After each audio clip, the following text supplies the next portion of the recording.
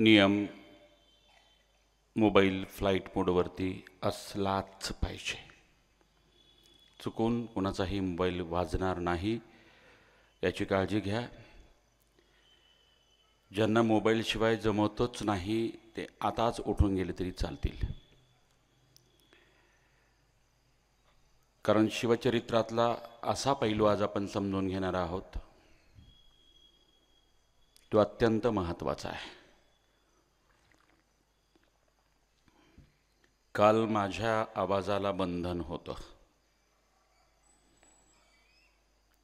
सभागृह नव्हतं, तो हॉल होता.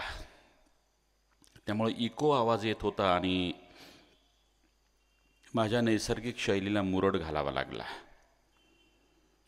आज ओपन मैदान आहे. मी वरुण राजाला प्रार्थना करत होतो, बाबा किमान 10:30 नंतर तरी तोपर्यंत साथ दे. बरेच जण नवीन आहेत, कालपेक्षाही वेगळी माणसं दिसत आहेत. आजचा विषय शिवचरित्रापासून काय शिकावे. खरं म्हणजे हाही विषय 1.5-2 तासाचा नाही आहे. तब्बल 7 दिवस हा विषय ठेवला तर थोडाफार न्याय मिळेल. पण काही महत्त्वाच्या गोष्टीवर मी नक्कीच 2-4 गोष्टी होतील आज. मनापासून मी आभार प्रकट करतो.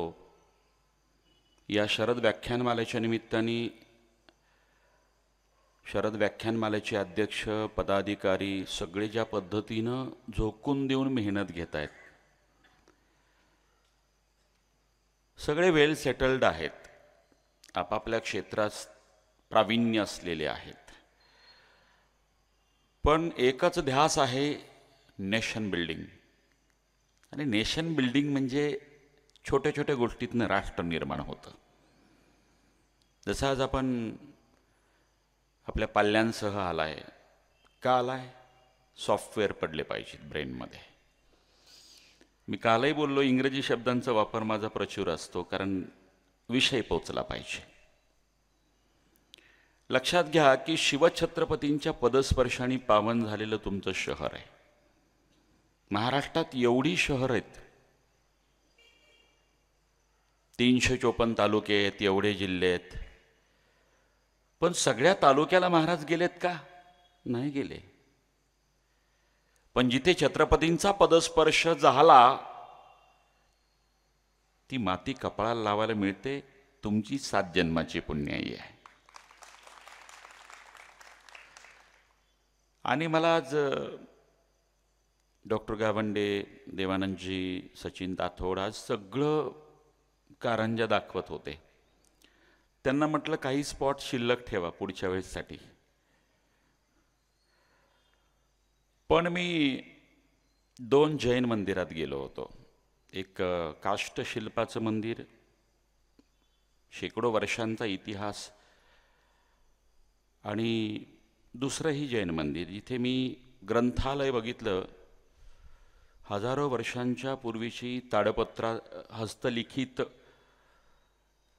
मला सांगायला अभिमान आहे की आज मी एक असा फोटो तिथे बघितला आणि त्यांच्या परवानगीने मी फोटोही काढला. 24 तीर्थंकरांच्या मातोश्री यांचे कलर हाताने काढलेले ते पिक्चर्स होते. त्या काळातले कलर्स वापरून 24 तीर्थंकरांच्या मातोश्री.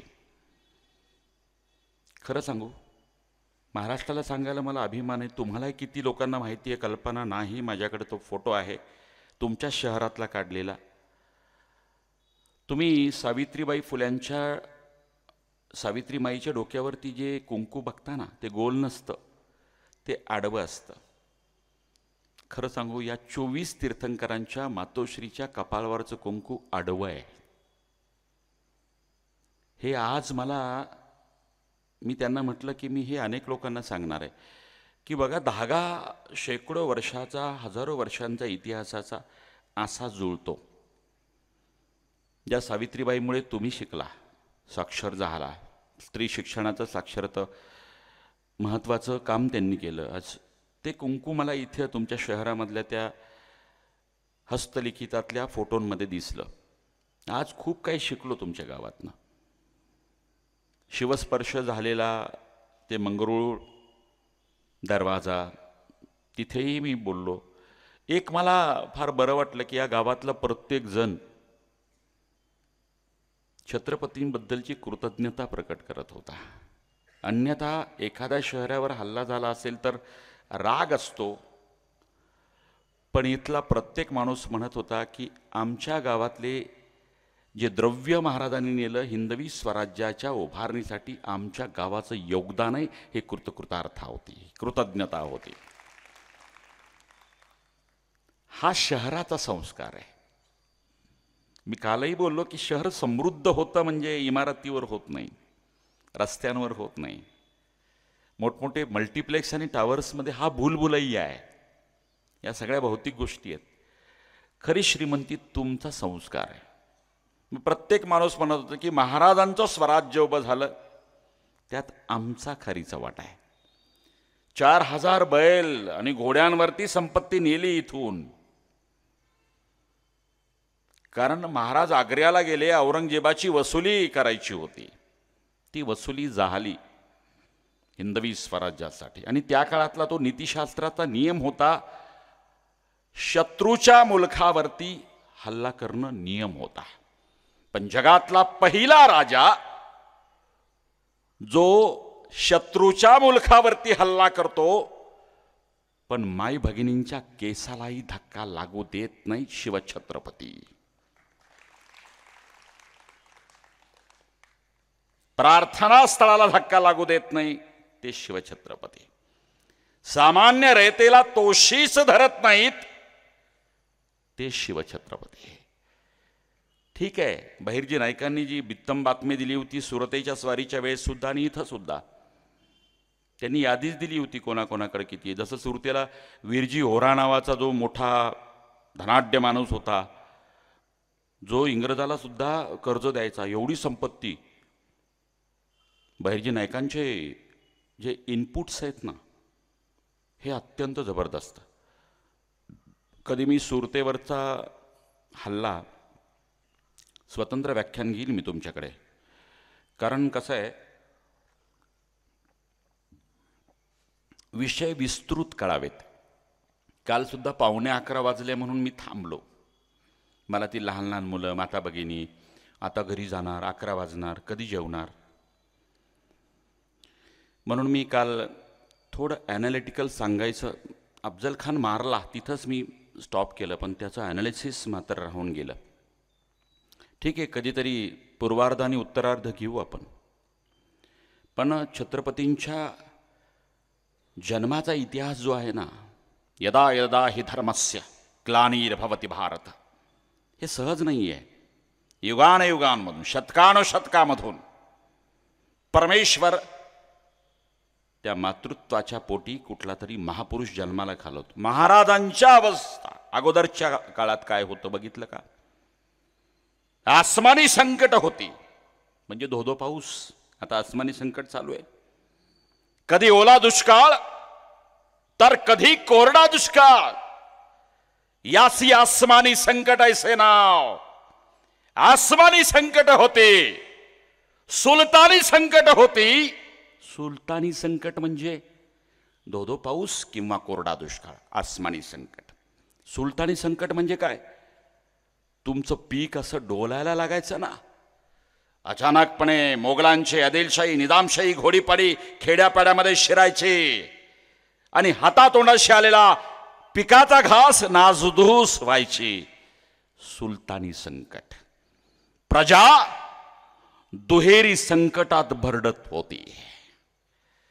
आसमानी संकट होती, सुलतानी संकट होती. मोगलांचा अत्याचार होत होता, आदिलशाही घोडीपाडी खेड्यापाड्यामध्ये बेचिराग करत होते. माता भगिनींवर अत्याचार होत होता, मूर्त्याची विडंबना होत होती, मंदिरांचा विध्वंस होत होता. आणि घोडीपाडी बघता बघता पेटते बोळे लोकांच्या गोठ्यावरती फेकायची. क्षणार्धात गोठा पेट घ्यायचा आणि जीवाच्या आकांताने हंबरडा फोरत जनावर गावभर फिरायची. असा हा महाराष्ट्र होता.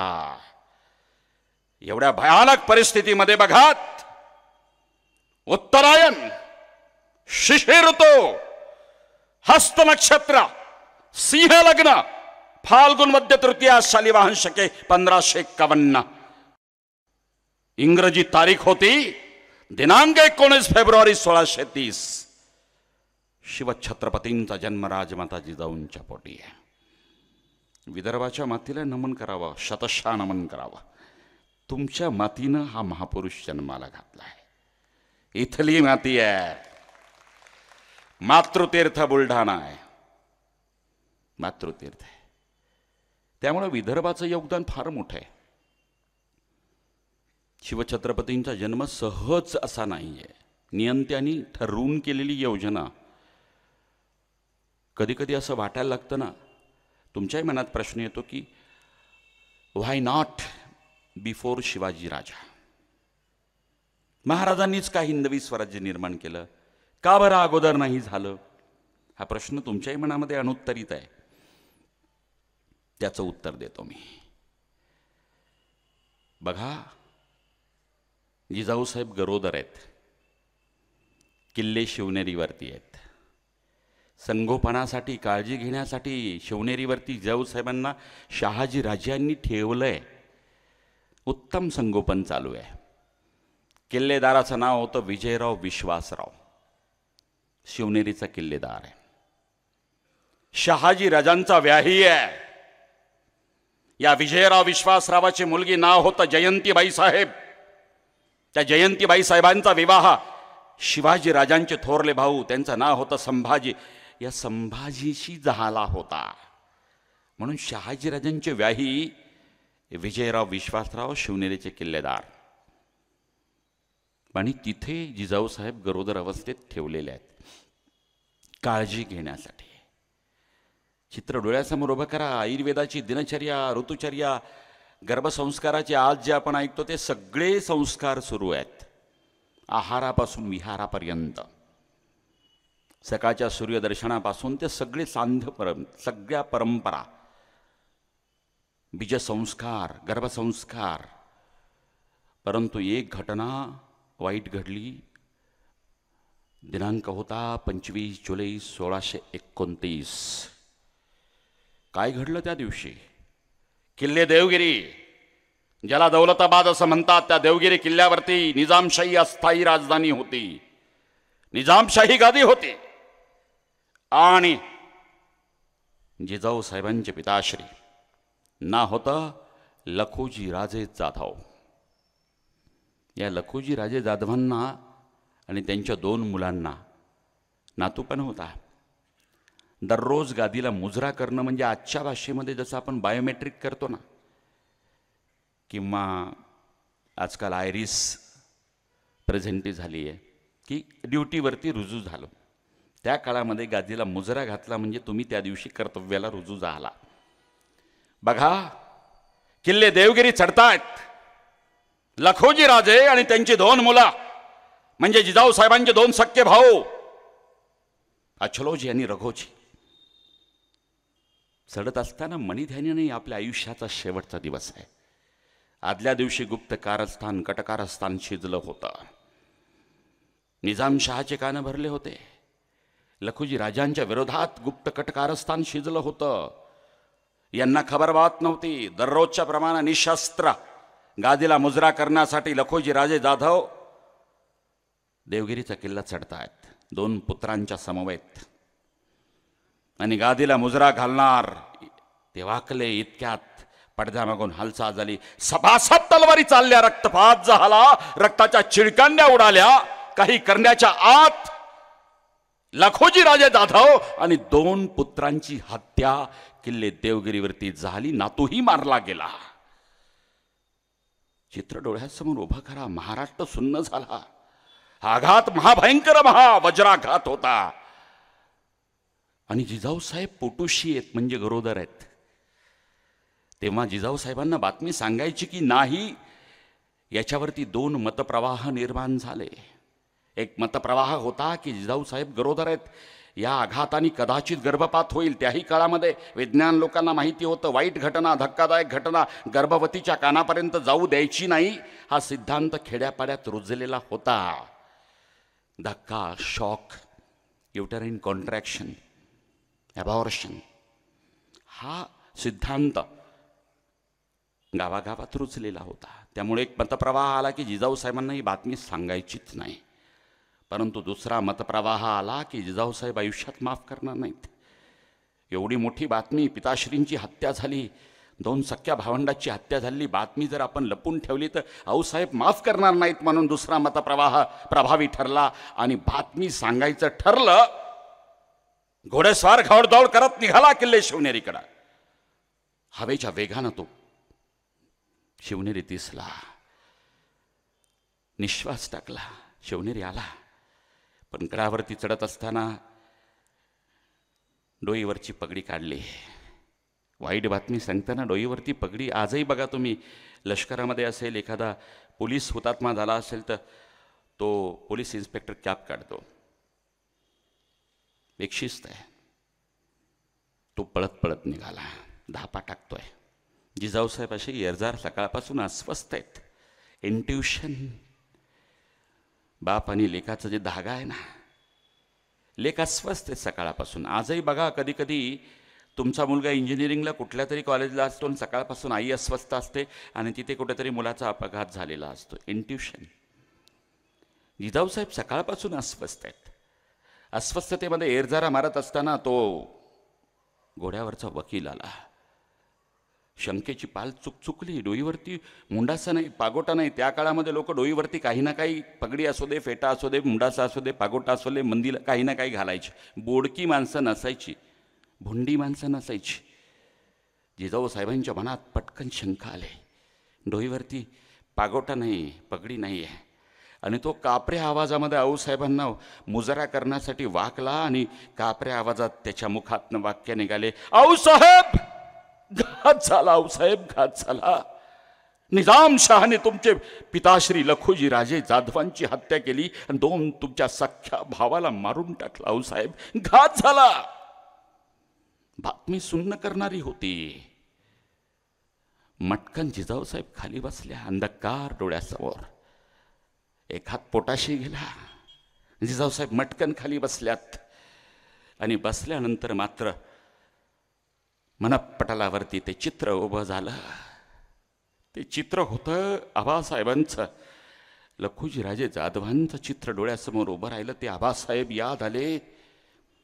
दांडपट्टा शिकवताना पवित्रा कसा घ्यायचा, किती पाऊल मागं सरायचं जिजाऊ म्हणून शिकवताना दांडपट्टा आणि तलवारबाजी शिकवणारे ते आबासाहेब क्षणार्धात औंच्या डोळ्यासमोर तरळले.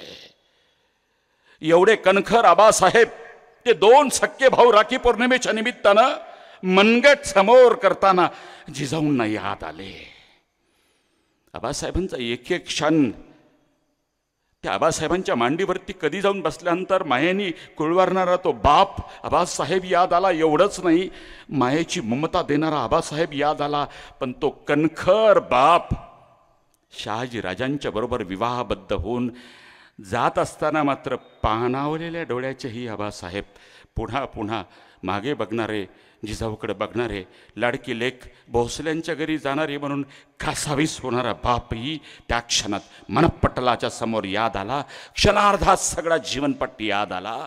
सुन्न झालं मन. पण बंडाची ठिणगी मनामध्ये उठली. एक हात पोटावरती होता. संकल्प दुसऱ्या मनामध्ये झाला की माझे वडील असतील लखुजीराजे जाधव, माझे सख्खे भाऊ असतील, माझे पती शहाजीराजे भोसले असतील, भोसले घराणा असेल किंवा जाधव घराणा असेल, हे मोगलांचं चाकर राहिलं, कोणत्या ना कोणत्या शाह्याचं चाकर राहिलं. पण माझ्या पोटी जन्माला येणारं हे बाळ मात्र कोणत्याही शाह्याचं चाकर नसेल. हे नवी स्वराज्याची मुहूर्तमेढ खऱ्या अर्थानं त्या दिवशी रोवल्या गेली. तो गर्भसंस्कार होता. व्हाय शिवाजी, इथं उत्तर आहे. एकाएकी येत नाही. एखादा महापुरुष जन्माला येतो, त्या आईचं योगदान तेवढं असतं. आणि ती योगदान जन्मानंतर नाही, पोटात असल्यापासून सुरू होतं गर्भसंस्कार. काय वर्णन आहे ते शिवभारतकारांचं. मी काल बोललो, संस्कृतमधला ग्रंथ आहे, कवींद्र परमानंद नेवासकरांनी लिहिलेला. त्यांचं जन्मगाव मुक्काम पोस्ट खेडली परमानंद, तालुका नेवासा, जिल्हा अहिल्यानगर, म्हणजे पहिलं अहमदनगर मूळ गाव आहे. मग या परमानंदाची समाधी आहे किल्ले रायगडाच्या पायथ्याशी असलेलं महाड पोलादपूरला आहे. या कवींनी शिवाजीराजाला बघितलंय. तो शिवभारतमध्ये कवींद्र परमानंद नेवासकरांचं वर्णन आहे. जिजाऊ साहेबांना डोहाळे कसे लागायचे, काय वर्णन आहे ते, संस्कृतमध्ये आहे. हल्ली 32 अध्याय आहेत. 31 अध्याय पूर्ण आणि 32 मधले 9 श्लोक आहेत. पूर्ण ग्रंथ नाही मिळाला, तो अर्धवट ग्रंथ आहे. एक लक्षात घ्या, त्याच्यामध्ये दिलंय राजमंचकावरती बसावं, दानधर्म करावा, घोड्यावरती बसावं, तलवारबाजी करावी, असे डोहाळे जिजाऊ साहेबांना लागायचे. आता मला सांगा, असे डोहाळे ज्या माऊलीच्या मनात निर्माण होतात, तिच्या पोटी वीर नररत्न जन्माला येणार हे सांगायला ज्योतिषशास्त्राची गरज नाही आहे. याद करा ना, तुमचे डोहाळे पाणीपुरी खावं वाटते, डोसाच खायची इच्छा आहे, नवऱ्याला घेऊन जायचं, चायनीज खायची इच्छा आहे, ते चायनीजच जन्माला येणार. मॅकडोनाल्ड्स, मॅकडी, पिझ्झा, बर्गर, आजच्या ज्या मॉम आहेत ना, हे 9 महिन्यात काय टाकतात ना पोटात, तसं प्रॉडक्ट जन्माला येतं. बघा तुम्ही, 6-6 महिने 1-1 वर्षाच्या लहान मुलांना मोठ्या मोठ्या भिंगाचे चष्मे आहेत. कंजनाटल डिफॉर्मिटी सोडा, पण आहार विहार आयुर्वेदाने सांगितला, 9 महिन्यामध्ये आई जे खाते, जे ऐकते, जे बघते, त्याचा संपूर्ण परिणाम, जर्मनीमधला रिसर्च आहे, माझ्याकडे इव्हिडन्स आहेत, मी कधी वेग बोलत नाही, व्हिडिओ पुरावेत माझ्याकडे, आणि त्यामुळं तिकडून शिक्का मारून आला की आम्हाला पटतं. पण आमच्या श्रीकृष्ण आणि सुभद्रेची कथा आणि अभिमन्यू चक्रव्यूहात शिरण्याचं कथा, आणि ती अर्धवट कथा राहिल्यामुळं अभिमन्यूला परत येता आलं नाही, ही कथा मात्र आम्हाला थोतांड वाटते. आणि इतर ठिकाणच्या देशात गर्भसंस्काराचा जेव्हा शिक्का मारून आणल्या जातं, लहान मुलांना विनंती आहे, पालकांना विनंती आहे की moving object must be zero, कुणीही यायचं नाही.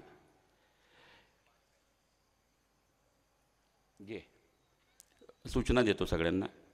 काय असतं माहिती आहे का, कुणीही, तुम्ही कितीही प्रसंग उभा करू द्या, एखादं लहान मूल असू द्या, मोठा असू द्या, मूव्हिंग ऑब्जेक्ट आले की सगळे नजरात इकडे येतात. पालकांना माझी विनंती आहे की मला अनुकूलता असेल तर मी त्या ठिकाणी जास्त बोलतो, प्रतिकूलता असेल तर काही बोलत नाही, पण नेक्स्ट इयरला तारीखच देत नाही मी. मुळात 10 तारखांमधून एखादी सिलेक्ट करून मी येतो. माझ्या मनासारखं नसेल ना, मग कॅबिनेट मंत्र्यांनी बोलू दे, नाही तर खासदार, नाही जात मी. असे खूप प्रसंग आहेत माझ्या आयुष्यात, मला न वाटलं तर मी जातो. या शहराचा इतिहास चांगला आहे, सुजान सुसंस्कृत नागरिक आहेत. फक्त माझी मातापित्यांना विनंती आहे की पाण्याची बॉटल वगैरे आपण सोबत ठेवायची, बाळा मागितलं की तिथल्या तिथे द्यायचं, मध्ये उठू द्यायचं नाही, तुम्हीही उठायचं नाही. काय 90 मिनटं फरक नाही पडत आपल्याला, 90 मिनिट्स. ऑलरेडीच 8:30ला सुरू झालं व्याख्यान. काय होतं याच्यामध्ये, इतर लोक डिस्टर्ब होतात. आता तो मोबाईल घेऊन चालला ना, ते बाहेरच जायचं, ते त्यांना बघा, जाऊ दे बाहेर त्यांना. अमेरिकेचे राष्ट्राध्यक्ष ऑनलाईन असल्यावर ते तरी काय करणार.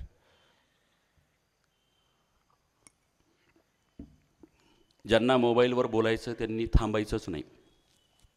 खूप महत्त्वाची माणसं आहेत ना, खूप मोस्ट VIP, ज्याला 90 मिनिट मोबाईल बंद केल्यानंतर मोदीजींचं काय होईल, देवेंद्रजी ऑनलाईन राहतील, आपला मोबाईल फ्लाईट मोडवरती असेल, असं काही वाटत असेल त्यांनी निघून जावं. ज्याला 90 मिनिट आपल्यासाठी द्यायचे त्यांनी थांबावं. स्पष्ट सूचना असतात माझ्या. 4-2 लोकांची गर्दी कमी झाली तर हरकत नाही. निवडक माणसं असेल तर ते दर्दी असावेत. त्या गर्दीला कोण बघताय? गोष्टी महत्त्वाच्या असतात.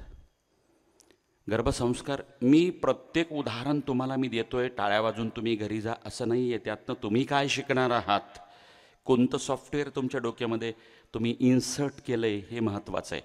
त्यामुळे आज संकल्प करा. बघितलं का तुम्ही, क्राईम एकाएकी निर्माण होत नाही.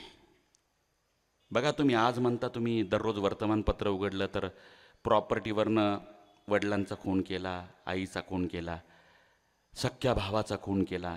हे पूर्वी होत होतं का? फार क्वचित होत होतं. आता का होतं आहे? का होतं आहे? आत्ता रिसेंटली पुण्यामधली तुम्ही वनराज आंदेकरचं बघितलं का? ते लहान बाळ आहे, कृपा करून घेऊन जा, ते नाही थांबणार.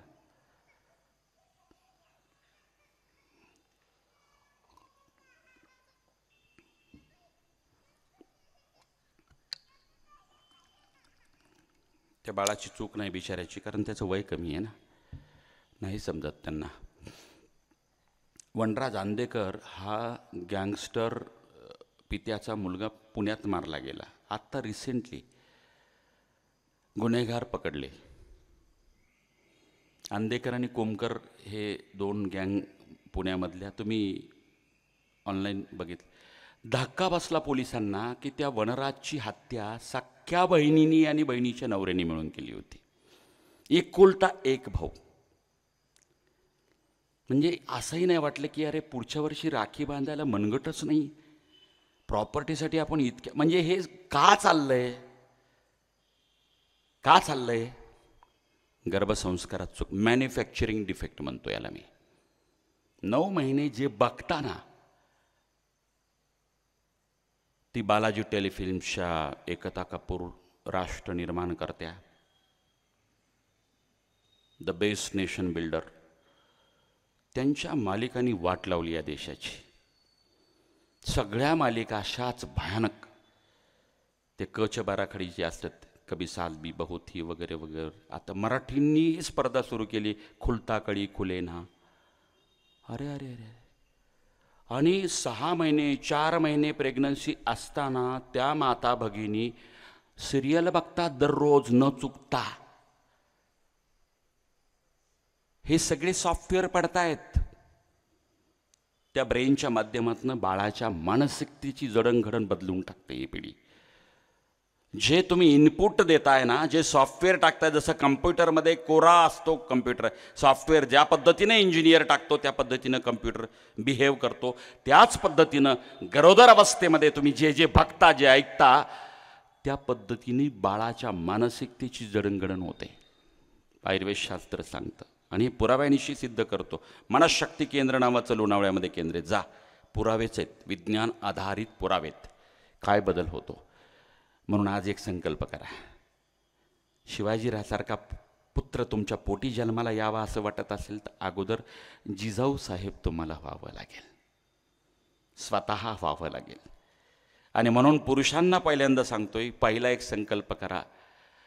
हे जिजाऊ साहेबांचं उदाहरण दिलं टाळ्या वाजवण्यासाठी नाही, तुम्ही काय शिकणार. तर आज एक संकल्प करा.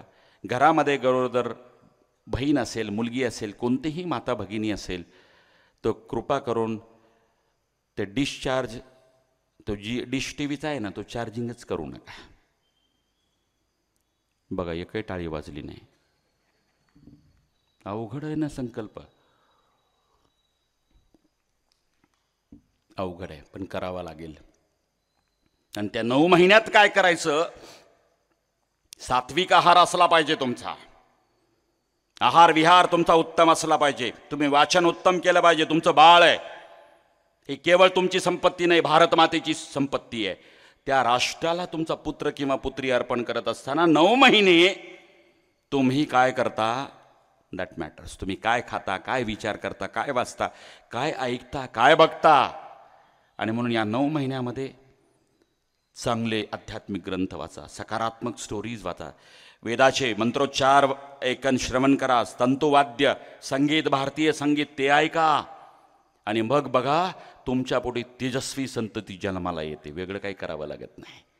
आणि जिजाऊ साहेबांचा गर्भसंस्कार जर तुम्हाला हवा असेल, तुमच्या गावामध्येच आयुर्वेदाचे प्रॅक्टिशनर असतात, BMS किंवा MD. तुमच्या प्रत्येक गावामध्ये त्यांना जाऊन भेटा की आम्हाला गर्भसंस्कार करून घ्यायचं. बघा तुम्हाला सायंटिफिक ते देतात. कारण ही प्रॉपर्टी आहे राष्ट्राची. तुमचा पुत्र किंवा पुत्री नाही आहे, नेशन्स प्रॉपर्टी आहे. आणि म्हणून त्याला सहज जन्माला घालू नका, एक तेजस्वी संतती जन्माला घाला. संगीत कोणतं ऐकायचं फार मोठा प्रश्न आहे. भारतीय संगीत सगळेच चांगले आहेत. म्हणजे अगदी सनई बासरीपासून ते तंतुवाद्य संतूर सतारपर्यंत सगळे चांगले आहेत. ऐकताना सुद्धा मन असं प्रफुल्लित होतं. डीजेनी प्रसन्नता वाटते का?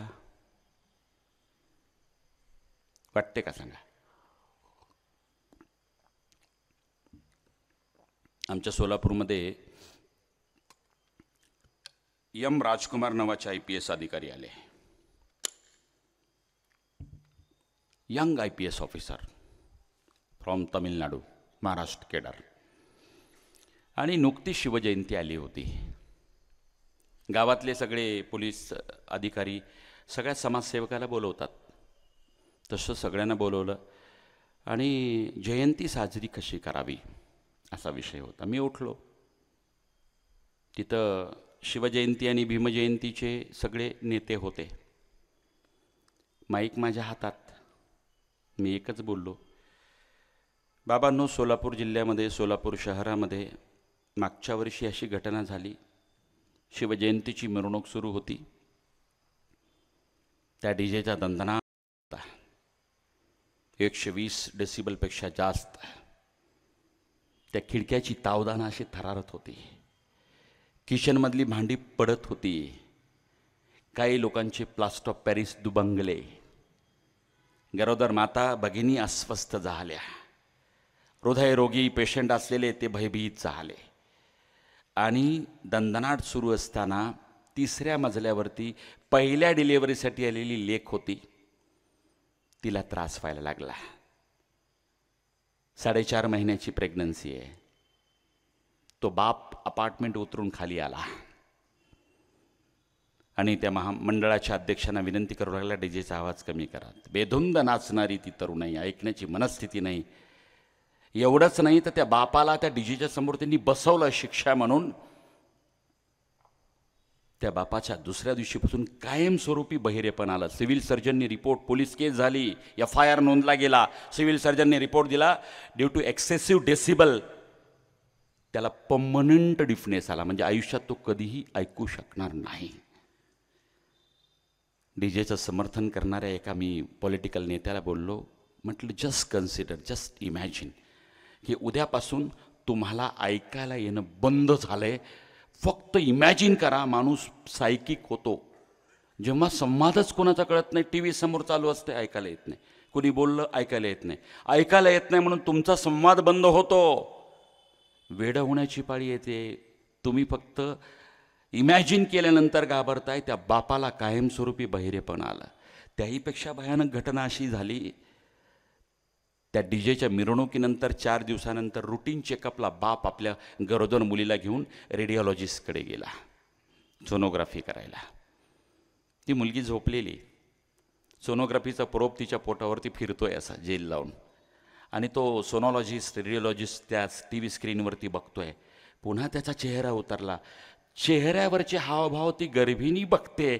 तिला याचा अंदाज आलाय काहीतरी वाईट घडले म्हणून. पुन्हा पुन्हा तो जेल लावतोय. पुन्हा पुन्हा वेगवेगळ्या अँगलनी तो प्रोब फिरवतोय आणि बघतोय चेहरा पार उतरला. आणि त्याच्या मुखातनं वाक्य निघालं, तुमच्या आईवडिलांना मध्ये बोलवा. त्या गर्भिणीची खात्री पटली, काहीतरी वाईट घडलंय. शंकेचं रूपांतरण खात्रीत झालं. आणि रेडिओलॉजिस्ट बोलला, कार्डियाक ॲक्टिव्हिटी ॲब्सेंट, हृदयाचे ठोके चालू नाही आहेत, ॲबॉर्शन करावं लागेल.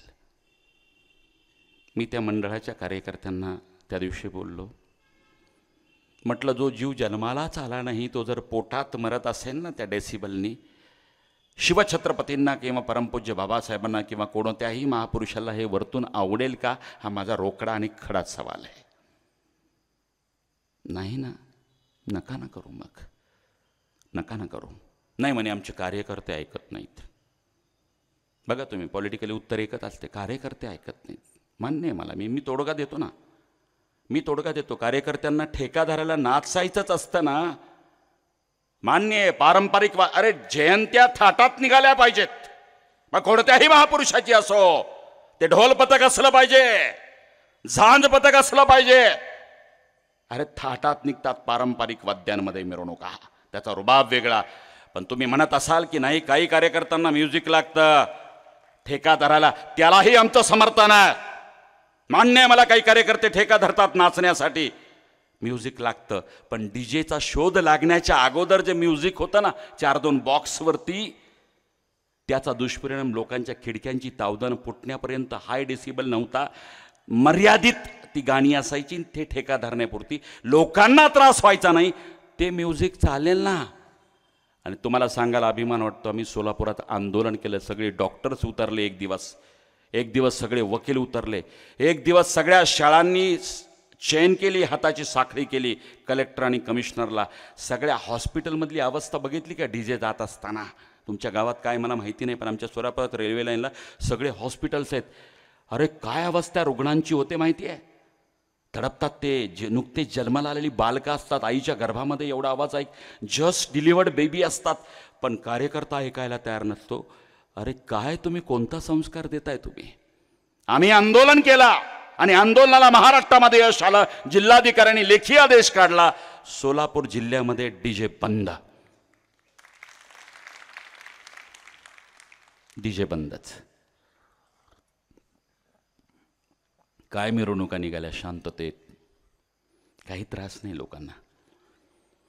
ते वृद्ध नागरिक किती दुवा देत होते हो, कोणाकडे जाणार?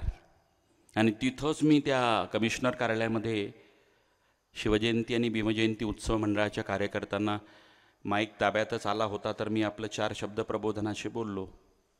म्हटलं डीजे मुक्त शिवजयंती आणि भीमजयंती झाली पाहिजे. आणि अजून एक अपेक्षा व्यक्त केली, म्हटलं व्यसनमुक्त झाली पाहिजे, किमान डीजे मुक्त झाली पाहिजे.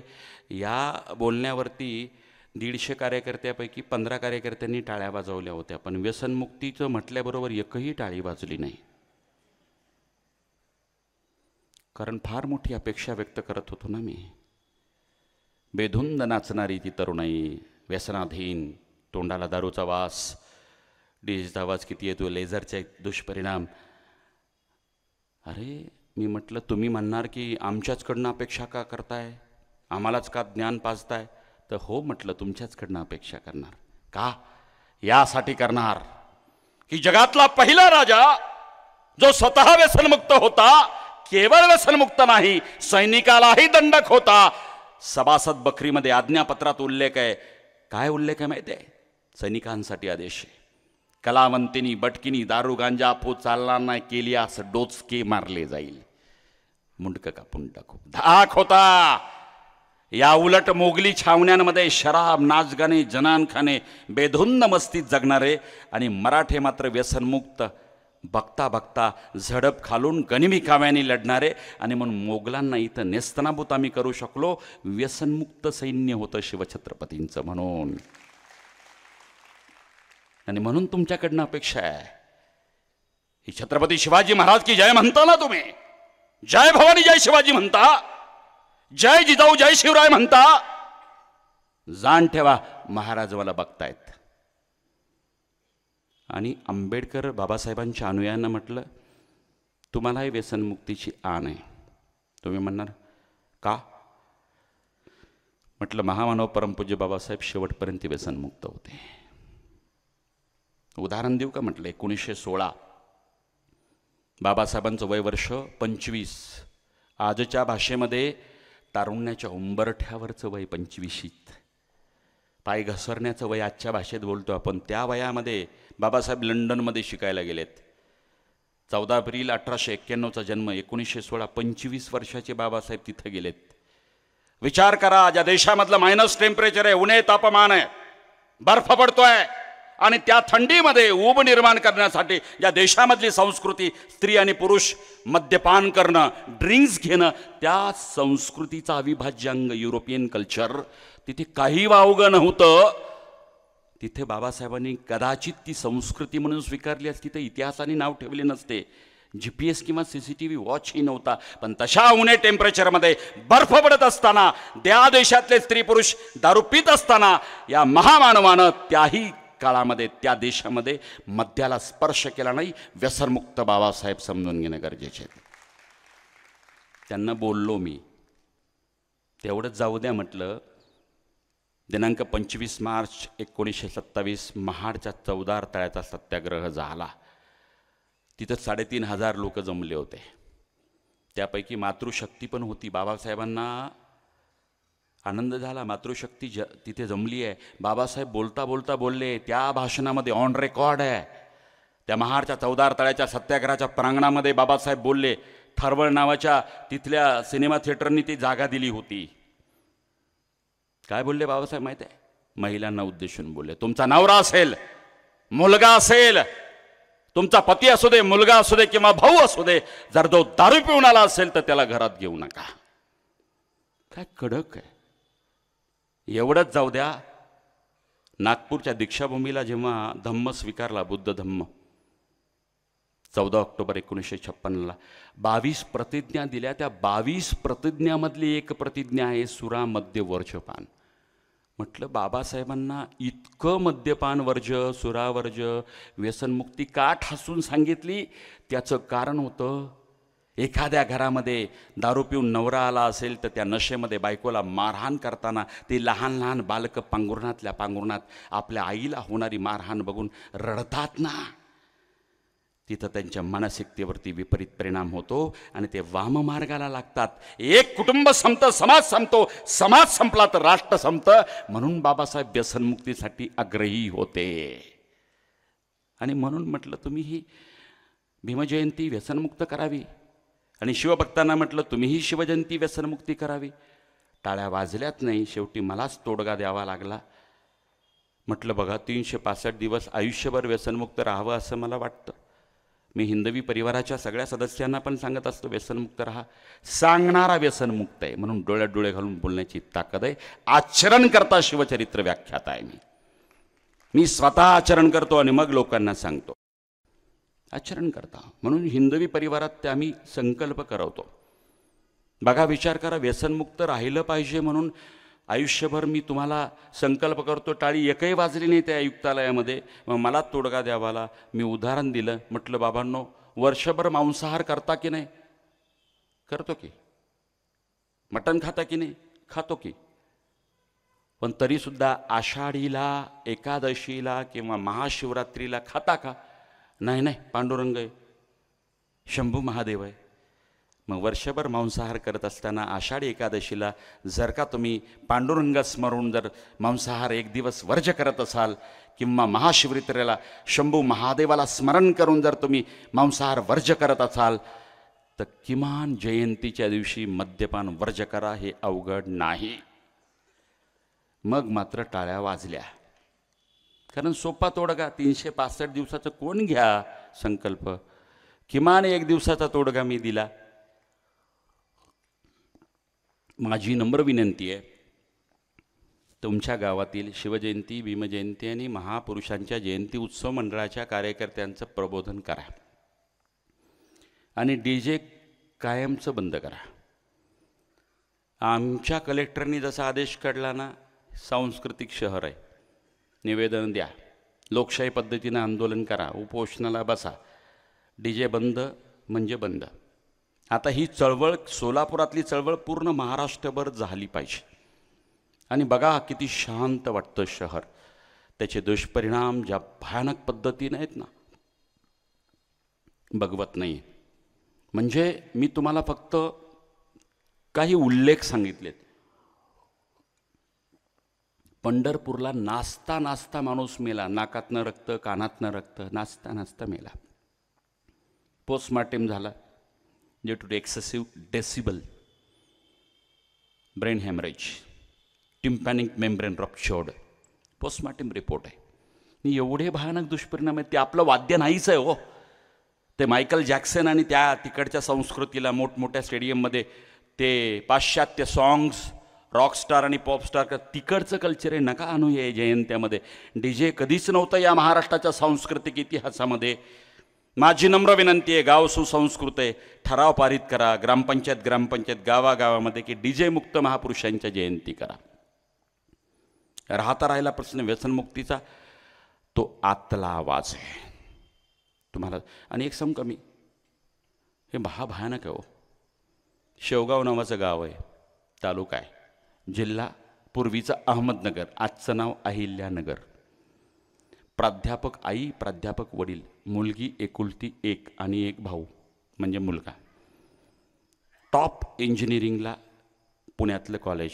मुलगी तालुका प्लेसवरनं पुण्यात गेली.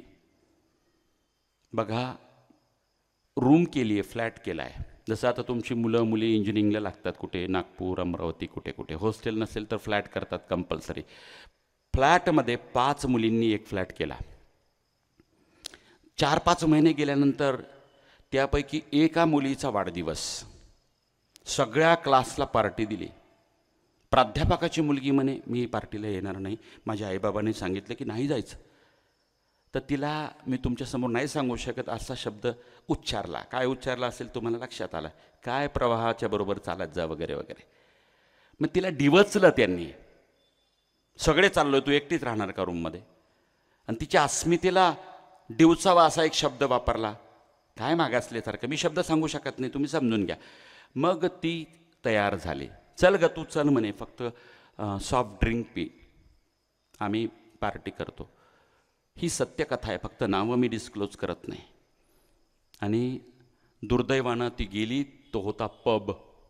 पुण्यामधली पब कल्चर, नागपूर, पुणे, मुंबई, बेंगलोर, मोठमोठ्या सिटीमधले हे पब कल्चर. रात्री त्या सगळ्या पार्टीमध्ये तिच्याच वर्गमित्र आणि मैत्रिणींनी सॉफ्ट ड्रिंकमध्ये म्हणजे थम्सअपमध्ये नशेचं ड्रग ॲड केलं, मेफेड्रिन नावाचं MD ड्रग. ती नशेमध्ये पहाटे तिथल्या सुरक्षा रक्षकांनी गाडीमध्ये घालून तिला तिच्या रूमवरती सोडलं, सगळ्या मैत्रिणीचं झिंगलेल्या अवस्थेत. नको ते प्रसंग झाले तिथे. असंच उदाहरण फलटण नावाचं गाव आहे आमच्याकडे, पुणे बारामतीच्या परिसरामध्ये. आईवडील जिल्हा परिषदेचे शिक्षक, मुलगा, 2 मुलं. एक मुलगा इंजिनिअरिंगला लागला पुण्यामध्येच. बघा, हे मुद्दाम सांगतोय कारण तुमच्या घरापर्यंत वाशिममध्ये सुद्धा ड्रगच्या अनेक केसेस सापडल्यात. आमच्या सोलापूरमध्ये ते तामलवाडी, तुळजापूरमधले 22 पुजारी पकडले. त्याच्यामध्ये माजी नगराध्यक्ष अटक केला पोलिसांनी. MD नावाचं ते साखरेसारखं दिसणारं ड्रग, मेफेड्रिन, जे पाण्यातनं, चहातनं, कॉफीतनं, स्मोकिंगमधून सगळ्यामधनं दिलं जातं. अगोदर मोफत दिलं जातं या ड्रग पेडलरकडनं सवयी लागण्यासाठी. आणि मग ती मुलगी किंवा मुलगा तडफड करायला लागते. नाही मिळालं तर मग कसं झालं, आईवडील शिक्षक, मुलगा, 2 मुलं, त्यापैकी एक इंजिनिअरिंगला लागला. आणि तो काय करायला लागला, सगळ्या नातेवाईकाला फोन करायला लागला, 10,000 दे, 5,000 दे. आता तो असं सिच्युएशन क्रिएट करायचा की नाही काका मी जरा इथे आलो आहे आणि पाकिट घरी विसरलं, मोबाईल हँग झाला, फोनपे चालत नाही, आईबाबा टीचिंगमध्ये आहेत, लाईक दॅट. पण त्याला ते जमलं असं फसवायचं. प्रत्येक नातेवाईकाकडनं 5-10 हजार, 5-10 हजार, 3 लाख रुपये झाले. नातेवाईकाला विचार पडला की जाऊ दे, आईवडील चांगले शिक्षक आहेत, चांगल्या घरचं लेकरू आहे, कदाचित आईवडील टीचिंगमध्ये व्यस्त असतील म्हणून आपल्याला 2-5 हजार मागितले. चांगले 30-40 नातेवाईक त्यांनी यादीच केली होती, एकाला रिपीट मागितलं नाही. मग 4-5 महिन्यानंतर सगळे नातेवाईक त्याच्या आईवडिलाला फोन केले की तुमच्या मुलांनी, मग ती अमाऊंट काहीतरी 3,70,000 होती. हे घाबरले, पुण्यात गेले, त्याला विचारलं का रे बाबा हे का मागितले. तर त्यांनी खोटं बोलला की नाही शेअर मार्केटचा छंद लागला, ऑनलाईन असतं ना शेअर मार्केट, आणि त्याच्यामध्ये तो लॉसमध्ये गेला. परंतु आईवडिलांना खरं वाटलं. आईवडील पुण्यावरनं वापस आले. ते 4.25 लाख रुपये ज्याचं त्याचं देणं देऊन टाकलं आईवडिलांनी. नको बाबा नात्यांमध्ये खराब व्हायला, रिलेशन्स देऊन टाकले. 2 महिन्यानंतर तो मुलगा आईच्या अंगावरती मारायला धावला, आरसा फोडला. आणि मग आईच्या लक्षात आलं की अरे बाप रे, 10वीपर्यंत अगदी माझ्या पदराखाली राहणारा, 12वीपर्यंत एवढा आज्ञाधारक पुत्र, सकाळी नमस्कार करून देव्हाऱ्याच्या समोर बसणारा म्हणजे एवढा कस काय बिघडला? आणि मग मात्र काउन्सिलरची मदत घेतली तर त्यांनी शेअर मार्केटमध्ये पैसे गमावले नव्हते, तर त्याला ड्रगचा नाद तिथल्या ड्रग पेडलरनी लावला होता. 3,000 रुपयाला 1 ग्रॅम असलेलं ते पावडर त्याला दिलं जात होतं. 300 रुपये पर डे खर्च होता. 1 ग्राम पावडर 10 दिवस तो पुरवायचा. म्हणजे विचार करा, इतक्या पद्धतीनं उडता पंजाब चित्रपट बघितला, पण हा उडता महाराष्ट्र घरादारापर्यंत ड्रग पेडलर पोचले. तुमच्या गावात, तुमच्या जिल्ह्यात, तुमच्या तालुक्यातसुद्धा अशा घटना घडल्यात. माझी नम्र विनंती, या मॉबमध्ये जर का पोलीस खात्यातील कोणी असतील, पण माझी नम्र विनंती, इतर काय ठिकाणी काय करायचं करा, मटका वगैरे काय, त्याच्याने फार काही कोणाचे आरोग्य बिघडत नाही. पण तुम्हाला जेव्हा कळेल की इथे MD ड्रग किंवा अशी तस्करी होते, माझी नम्र विनंती, तुम्हाला पण मुलं बाळ आहेत, हे पिढी उद्ध्वस्त करू नका. चीन आणि पाकिस्तानबरोबर लढण्यासाठी सीमेवर जायची गरज नाही. ही ड्रग ॲडिक्टेड पिढी 40व्या वर्षी मरते हो. 40 मॅक्सिमम एज 40 इयर्स. 40 वर्ष ड्रग ॲडिक्टेड पिढीचं जर वय असेल तर कोणत्या तोंडाने सांगणार भारत महासत्ता बनणार आहे? कोणत्या मुखाने सांगणार हा छत्रपतींचा महाराष्ट्र आहे? कोणतं नातं आहे? काय अधिकार आहे तो आम्हाला? माझी नम्र विनंती आहे, ड्रगच्या बाबतीत आईवडिलांनी आपले मुलं मुली किती संस्कारित आहेत काहीच बोलू नका. हे मी 2 उदाहरणं प्राध्यापक आणि टीचरच्या घरातले दिलेत, बाकीच्यांचं जाऊ देत.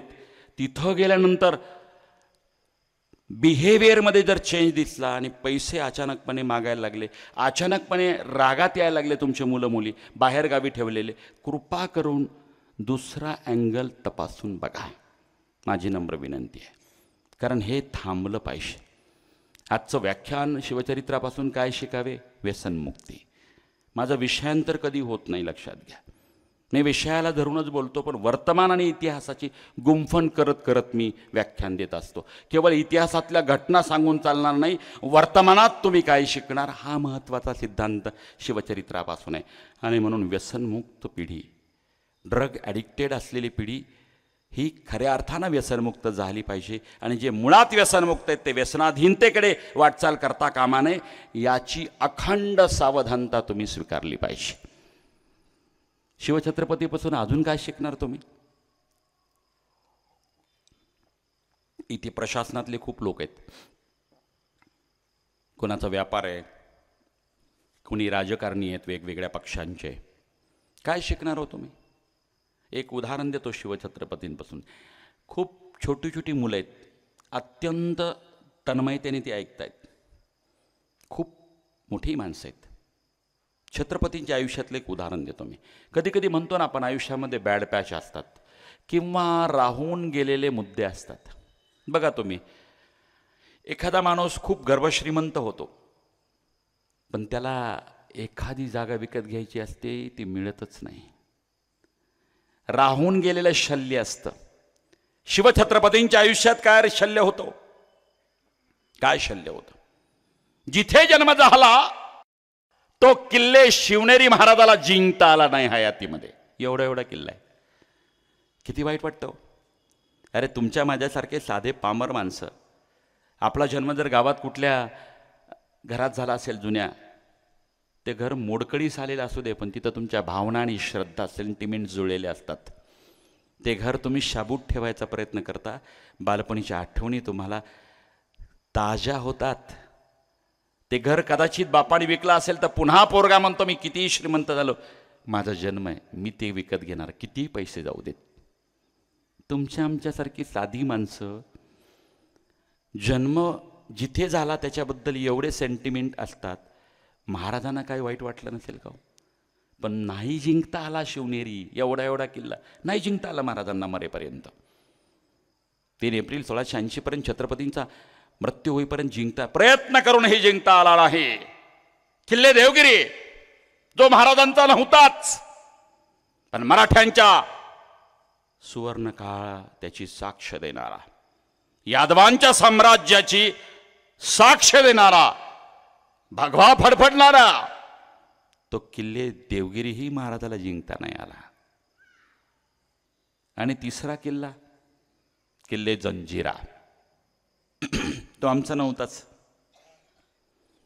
तो जंजिरा आदिलशाही नावाला तो किल्ला सिद्दी संबूळ, सिद्दी खैरत आणि सिद्दी कासिम अशा 3 भावाकडे होता तो.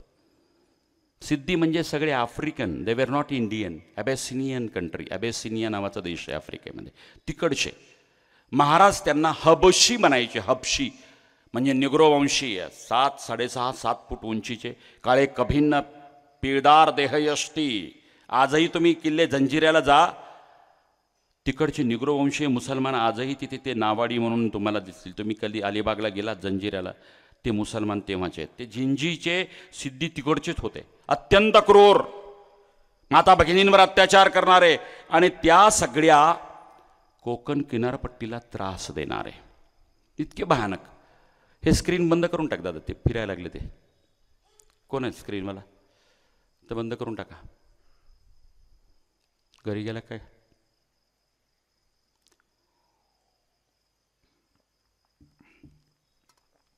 मला वाटलं 1.5 तास जाऊन येतो म्हणून गेला असेल.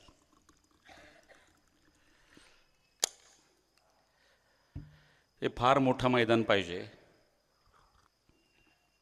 आणि मग फेशियल एक्सप्रेशन बघायला अर्ध्या मैदानात एखादा स्क्रीन, पुन्हा बॅक साईडला स्क्रीन. मैदान छोटं आहे, गरज नाही स्क्रीनची, उलट ते डायव्हर्जन होतं, म्हणजे माइंड असं हे होतं. लक्षात घ्या, शिवछत्रपतींना जंजिरा पाहिजे का? मुंबईवरती नियंत्रण पाहिजे होतं. मुंबई महाराष्ट्राची अस्मिता, मराठी मनाची अस्मिता. शिवछत्रपतींना पण मुंबई हवं, सागरावरती सत्ता हवी होती जी पोर्तुगीजांच्या ताब्यात आहे. समुद्र आमचा, पण परवाने पोर्तुगीजांकडनं घ्यावे लागायचे. अरे कुठला न्याय आहे? आणि म्हणून महाराजांनी आपला आरमार बळकट केला. ज्याचा आरमार त्याचा समुद्र. आणि म्हणून सभासद बकरीमध्ये एक उल्लेख आहे, समुद्राला पालान घातले. म्हणजे घोड्याला जसं खोगीर घालतात ना, तसं महाराजांनी आरमारी किल्ले बांधले. सिंधुदुर्गापासून विजयदुर्गापर्यंत सगळे किल्ले आरमारी बांधले. नियंत्रण हवं होतं, पोर्तुगीजांची सत्ता झुगारून द्यायची होती. आम्ही भूमिपुत्र आहोत, समुद्र आमचा, आणि आमच्या समुद्रात तुमची परवानगी गोऱ्या माणसांची? छे, महाराजांनी जुगारला. मुंबई पाहिजे म्हणून जंजिरा पाहिजे. बघा, जंजिरा महाराजाला घेता नाही आला. संभाजी महाराज जिंकत आले होते, परंतु उत्तरेतनं मोगलांचं आक्रमण आलंय म्हणता अर्धवट मोहीम सोडून संभाजीराजे निघून गेले. नाहीतर हातात आला होता हो किल्ला. पित्याला जिंकता नाही आले, पुत्र जिंकत होता. जंजिरा हवा आहे, सगळ्यांना माहिती आहे महाराजांनी काय पाहिजे. आजच्या भाषेत बोलतो, it was a weak point of Shivchhatrapati. Janjira, he wants a Janjira, आम्हाला पाहिजे हिंदवी साम्राज्याला. आणि महाराज असे बसलेले ते एके दिवशी, आणि आरमाराचा एक सैनिक आहे, कोळ्याचं पोरग आहे. महाराजांनी आरमारामधल्या सैनिकांची भरती करताना बीड, सातारा, सांगली, धाराशिव, वाशिम इकडून सैन्य नेलं नाही. बघा, विचार करा, शिवछत्रपतींचं प्रशासन समुद्रावरती आरमाराची सैनिकांची भरती करताना तिथंच कोकण किनारपट्टीवरती ज्यांना मासेमारी पारंपरिक जमते, ज्यांना भरती ओहोटीचा जात्याच अभ्यास आहे, ज्यांना मासेमारी खवळलेल्या समुद्रात कधी जायचं आणि कधी जायचं नाही याचं ज्ञान आहे, तो कोळी, आगरी, भंडारी, तो समाज महाराजांनी तिथल्या समाजातील लोक आरमारात भरती केले. Shivchhatrapati was a good administrator. तिथे पाहिजे तसं. आणि ते कोळ्याचं पोरग, नाव होतं लायजी सर पाटील कोळी, लायजी सर पाटील, कुलाब्याचं राहणारं. आणि महाराज बसले तो एके दिवशी, अचानक महाराजांनी मुजरा केला आणि भर दरबारात ते पोरग बोलून गेलं, महाराज म्या जंजिरा घेऊन धावतो. सगळे हसायला लागले तिथे. जे वरिष्ठ होते ना, ज्यांचे पांढरे केस झाले होते, पांढरे मिशा, पांढरे कल्ले झाले होते, मनातले मनात उपहासात्मक हसायला लागले. अरे आयुष्यात काळ्याचे पांढरे झाले, जंजिऱ्याचा विचार आम्ही करत नाही, येऊ घेणार होय जंजिरा मी सुरूट फोटलीला. मनातल्या मनात उपहासात्मक सगळे दरबारी त्याला हसू लागले. महाराजांनी ते शब्द ऐकले, महाराज म्या जंजिरा घेऊन धावतो.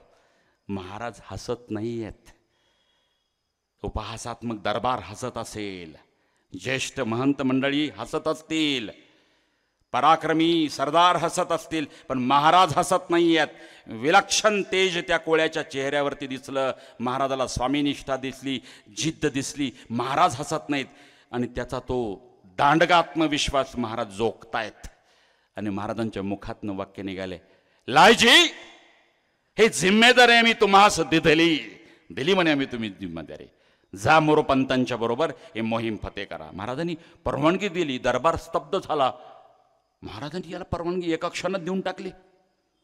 मोरोपंतांच्या बरोबर कामगिरी फते करा, महाराजांचा आदेश. आता मोरोपंत पिंगळे ज्येष्ठ अष्टप्रधानांपैकी एक, कोळ्याचं पोरग लायजी सरपाटील सगळ्या कोळ्यांना घेऊन बसलं. मोरोपंत समवेत डावपेच ठरले. स्ट्रॅटेजी अँड टॅक्टिक्स काल बघितलं ना आपण अफजल खानाच्या वेळेस काय डावपेच महाराजांनी. सायकोलॉजिकल वॉर होतं ते कम्प्लीट. इथे पण लायजी सरपटेल यांनी मोरोपंत प्रॅक्टिकली विचार करतायत आणि दोन भाग ठरले लढाईचे. एक भाग अवघड होता, तो होता लायजी सरपाटील पहिल्यांदा सगळ्या होड्या घेऊन जाणार आणि होड्यातनं शिड्या लावणार. कशाला? तटबंदीला, पूर्ण किल्ल्याच्या. जंजिरा बघितला का कसा डेंजर आहे? अलिबाग मुरुडला भर समुद्रात, तिथं जायचं होड्या घेऊन. होड्यातनं शिड्या सगळ्या तटबंदीला लावायच्या आणि मग मागून मोरोपंत पिंगळ्यांची सैन्य येणार, राखीव कुमक, आणि मग त्या शिड्यावरनं चढणार आणि एकदम यलगार हर हर महादेव करून पहाटेला हल्ला करायचा. ठरले. बघा हे कोळ्याचं पोरग आहे. तेव्हा काय होका यंत्र नव्हतं. पंचांग, ग्रह, तारे, नक्षत्र याच्यावरनं होड्या कधी घालायच्या, भरती कधी, ओहोटी कधी, याचा जात्याचा अभ्यास म्हणजे इट वॉज अ कंजेनायटल स्टडी. या मुलांना जात्याचा अभ्यास म्हणजे काय? जात्याच म्हणजे कंजेनायटल, बापजाद्याकडनं आलेलं ज्ञान, जात्याचा अभ्यास त्याचा. मग त्यांनी दिवस मुकर्रर केला, म्हणजे निश्चित केला. मुकर्रर हा फारसी शब्द आहे, म्हणजे कन्फर्म करणे. दिवस ठरला. रात्रीच्या वेळेस सगळ्या मराठ्यांच्या होड्या आल्या, युद्धनौका, ज्याला गलबत म्हणतात. गलबतामध्ये सामुग्री लढण्याची आहे, गोफणी आहेत, दगड आहेत, बाण आहेत, भाले आहेत, दांडपट्टा, तलवारी, सगळे शस्त्र घेऊन येत. मराठ्यांचं आवडतं शस्त्र गोफण, माहिती आहे ना, पाखरं राखायला असते बघा, तुमच्याकडे असेल ज्वारीची वगैरे राखण. दगड असा भिरकावला जातो, पाखरांना लागतो. ते गोफणीचं शस्त्र मराठ्यांच्या फार आवडीचं शस्त्र, मोफत मिळणारं सगळं सामुग्री. गोफणीतले दगड बरोबर नेम धरून मारणार. घेतले. सगळ्या होड्या निघाल्या, गलबत निघाले. वल्लवत सोपं नाही आहे. भरती नाही, ओहोटी आहे, पण ओहोटीमध्ये सुद्धा इतकी जहाजं, इतकी गलबत एकाएकी समुद्रात शिरल्यानंतर प्रत्येकाच्या वल्लवण्याचा आवाज तर येणारच.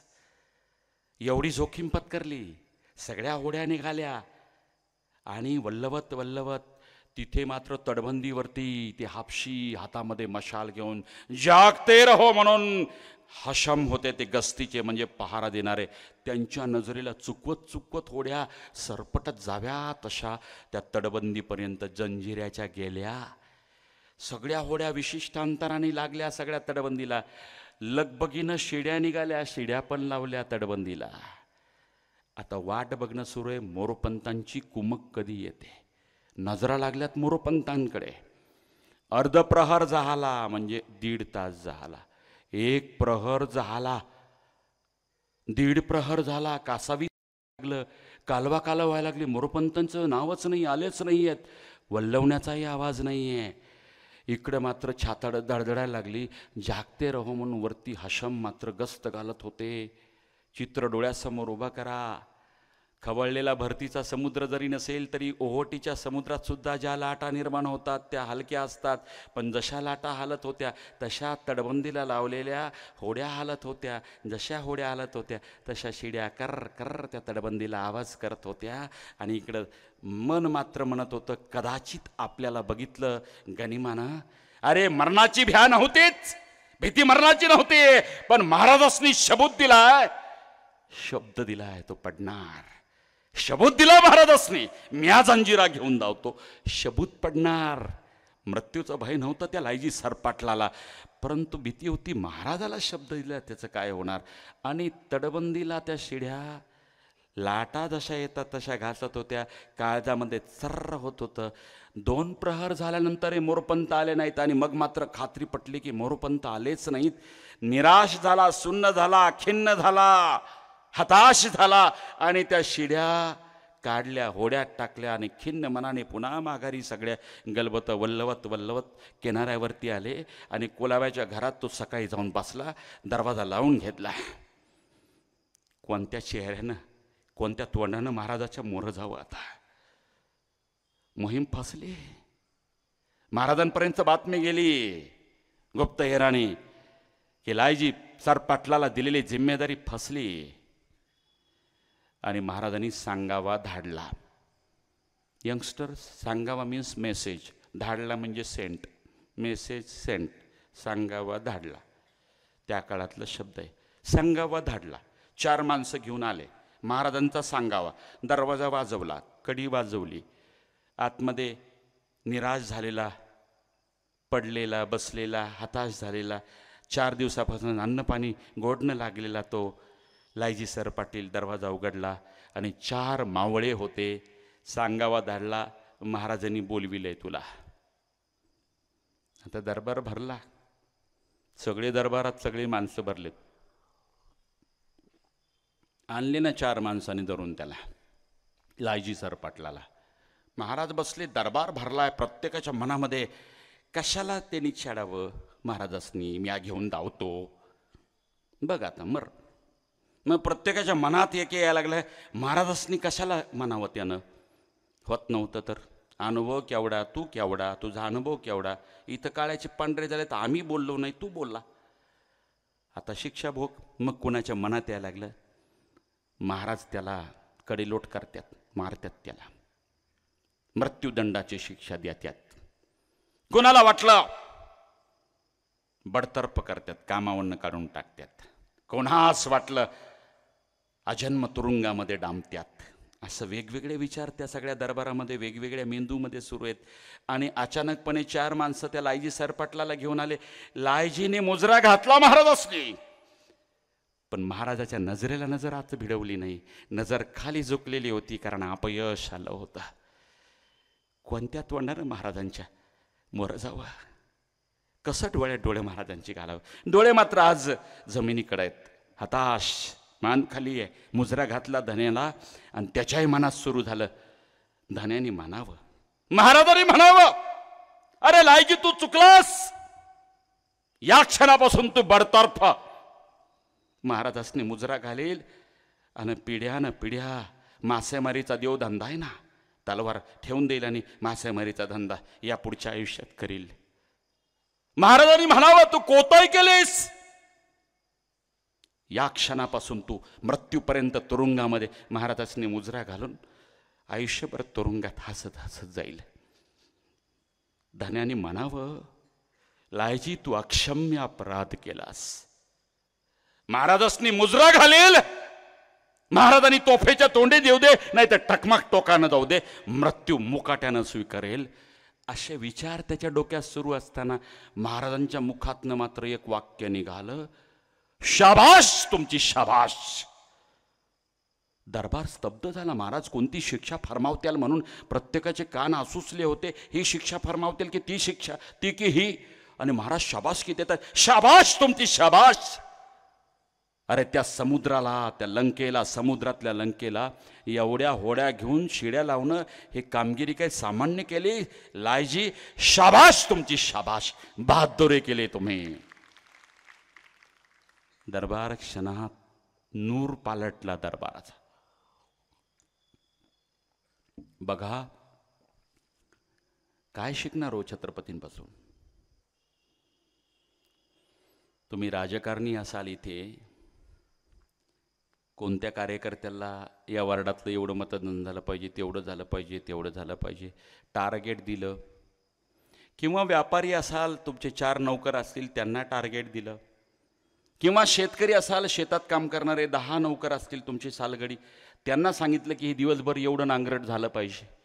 तुमचं क्षेत्र कोणतंही असो, व्यापारी असा, राजकारणी असा, शेतकरी असा, कोणतेही असा, तुमच्या हाताखाली जेव्हा माणसं असतात, तुमची खात्री पटली की आपण दिलेलं टार्गेट भलेही पूर्ण झालं नाही पण त्याचा प्रयत्न मात्र प्रामाणिक होता, त्याला शाबास म्हणायचं शिका. त्याचा चार चौघात अपमान करूच नका. शिवछत्रपतींनी माणसं तोडली नाहीत. To be noted that. माणसं जोडली महाराजांनी. तुमच्या आयुष्यात पण तुम्ही हेच करायचंय. अपमान जाहीर करायचा नसतो. शाबास म्हणा, पुन्हा एकांतात सांगा, थोडं एवढं जर केलं ना इम्प्रूव्हमेंट होईल तुझ्यात, पुढच्या वेळेस चुकू नको. दुप्पट कामान करतात.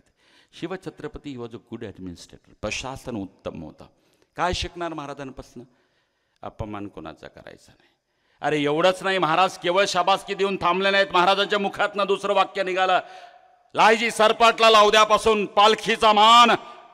पालखीचा मान ऐकल्याबरोबर नग महाराज, कशा पाय पालखीचा मान? महाराज मोही फसली, फते झाली नाही महाराज. पालखीचा मान म्हणजे काय माहिती आहे का?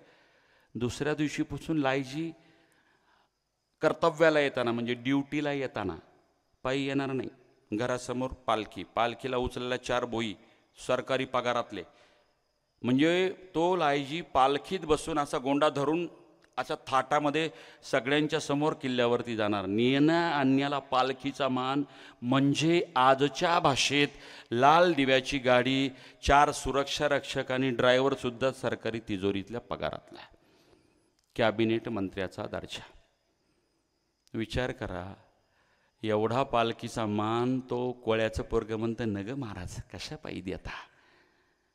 शेवटी महाराजाला रावलं नाही, एका जहाजाला गलबताला नाव पालखी दिलं. त्या लायजी सरपाटलाचा सन्मान म्हणून कोळ्याचं पोरग पालखीचा मान स्वीकारायला तयार नाही म्हटल्यानंतर शिवछत्रपतींनी हुकूम केला, एका गलबताला पालखी नाव दिलं. त्या लायजी सरपाटलाच्या बहादुरीसाठी. असे होते शिवछत्रपती. कितीतरी गोष्टी आहेत आपल्याला शिवछत्रपतीपासून शिकता येतात. घड्याळाकडे बघत बघत बोलावं लागतं. 1.5 तास तर असाच जातो माझा. आता उरलेत मोजून 22 मिनिट. 22 मिनिटात काय सांगणार तुम्हाला? सांगायचं तर खूपच होतं. तुम्ही उशिरा आलाय. मी तर 7:45ला तयार होऊन बसलो होतो.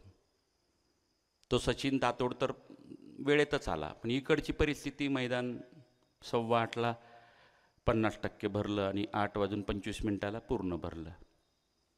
माझी चूक नाही आहे, मला जास्तच बोलायचं होतं. पण आता ओपन मैदानावरती 10 वाजता म्हणजे 10 वाजता बंद करावं लागतं. सभागृहात बंधनं नसतात, ओपन मैदानात बंधनं असतात, नियम आहे. आता 22 मिनिटात कन्क्लूड करायचं आहे मला. काय शिकणार शिवछत्रपतींपासून? मी आता पहिल्यांदा सिद्धांत सांगितला, गर्भसंस्कार उदाहरण दिलं, तेवढं सॉफ्टवेअर पडलं. दुसरं डीजे मुक्त उत्सव. तिसरा व्यसनमुक्ती. चौथा प्रशासनातला उत्तम गुणधर्म. तुमच्या हाताखाली सबऑर्डिनेट असतील तर अपमान करायचं नाही, शाबास म्हणायचं शिकायचं. जाऊ दे सबऑर्डिनेट, तुमची 2 मुलं असतील, मुली असतील, अपमान करू नका. मुलांना तुलना नाही आवडत. आपण तुलना करतो, तिथे चुकतो. बघ शेजारी, तिला पण कसे 97% पडले. तुलना. जाऊबाईचं मुलं असतील तर मग फारच तुलना. तुलना करायचं बंद करा, माझी नम्र विनंती आहे. कधी कधी हा विषय घेईल मी, चला संस्कार जपूया. एखाद्या वेळेस मी चला निरोगी जगूया. 25 वर्ष जरी बोलवलं ना तुम्ही, तर 25 वर्षात नवीन विषय असतील. एवढे विषय आहेत माझ्याकडे. एक करा, तुलना लेकरांची करू नका. प्रत्येक परमेश्वराने इंडिव्हिज्युअल ब्रेन दिलं आहे, नका करू. एखाद्याला इंजिनियर व्हायचंच नसेल तर जाऊबाईचा मुलगा IITला गेला म्हणून तू पण IITला झाला. अरे कशाला? नाही आवडत त्याला मॅथ, नाही आवडत, नाही करायचं त्याला. पागल. सायकिक झाले, सायकिक मुलं.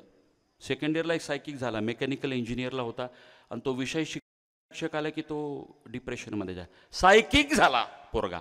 शेवटी आई माझ्याकडे घेऊन आली होती की आयुर्वेदाची औषधं पाहिजेत, सायकॅट्रिकची औषधं, आणि तो गुंगेमध्ये असतो. आणि ती प्रार्थना करत होती, माझा मुलगा इंजिनियर झाला नाही तरी चालेल, फक्त माझं लेकरू नॉर्मल जगावं, त्याला आयुष्यभर सांभाळेल. म्हणजे याचना करत होती ती, माझा मुलगा नॉर्मल जगू दे, सायकिकमधनं बाहेर येऊ दे. म्हणजे तुम्ही किती हरासमेंट करता त्या लेकरांची. अरे कोणी उत्तम चित्रकार बनतील, चित्रकार, आर्किटेक्ट करून द्या. कोणाला इंजिनिअरिंग नाही व्हायचं, नका जाऊ दे ना, माणूस म्हणून तर जगू द्या ना. MBBS झाला म्हणजे, इंजिनियर झाला म्हणजेच मोठा झाला असं काही नाही आहे. तो या विद्यापीठाच्या परीक्षेत उत्तीर्ण होण्यापेक्षा किंवा यादीत येण्यापेक्षा, गुणवत्ता यादीत, जीवनाच्या परीक्षेत पास झाला पाहिजे, एवढंच बघा. काही नाही हो. कोणत्याही क्षेत्रात माझा मुलगा किंवा मुलगी जाऊ देत, आनंदी पाहिजे लेकरू आपलं. बघा किती आत्महत्या होते. तो विषय आजचा नाही, मी विषयांतर करणार नाही आहे. माझ्याकडं 21 मिनिट उरलेत, पण तुम्हाला 2 गोष्टी शेवटचं बदलून घेणार आहे मी. एक, शिवछत्रपती मोठे का झाले? लेकरांनो, लहान मुलं दोन्ही बाजूला आहेत. महाराज मोठे का झाले? आई वडिलांचं आज्ञापालन केलं. He was a obedient. तुम्ही आहात का? आपल्या स्वतःला प्रश्न विचारा. मी जसं तुमच्या आईबाबांना सांगतो ना, हे करू नका, तुमच्या बाजूनं बोलतोय ना, मग आता थोडं आईबाबांच्याही बाजूनं बोलू देत ना मला. काय करायचं तुम्ही? शिवाजी महाराज मोठे का? आई वडिलांचं आज्ञापालन. He was a obedient. आज्ञा म्हणजे आज्ञा, झेलला असं.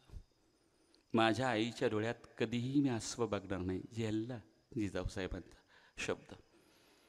शहाजी राजांचा एकही शब्द मोडणार नाही. शिवछत्रपती. एक उदाहरण देतो बाबांनो. तुम्ही कधी जेजुरीच्या खंडेरायाला गेलाय का?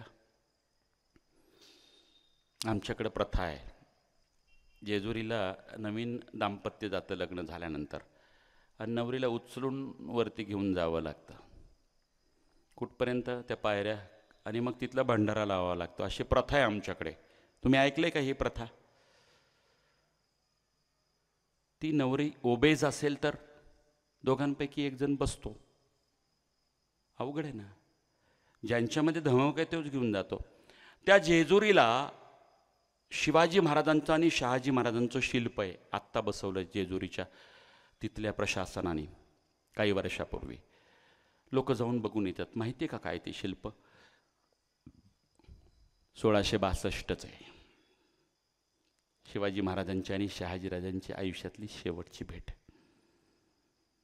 त्या लेकराला माहिती नव्हतं की वडिलांची ना आपली ही शेवटची भेट आहे. नियती कशी असते.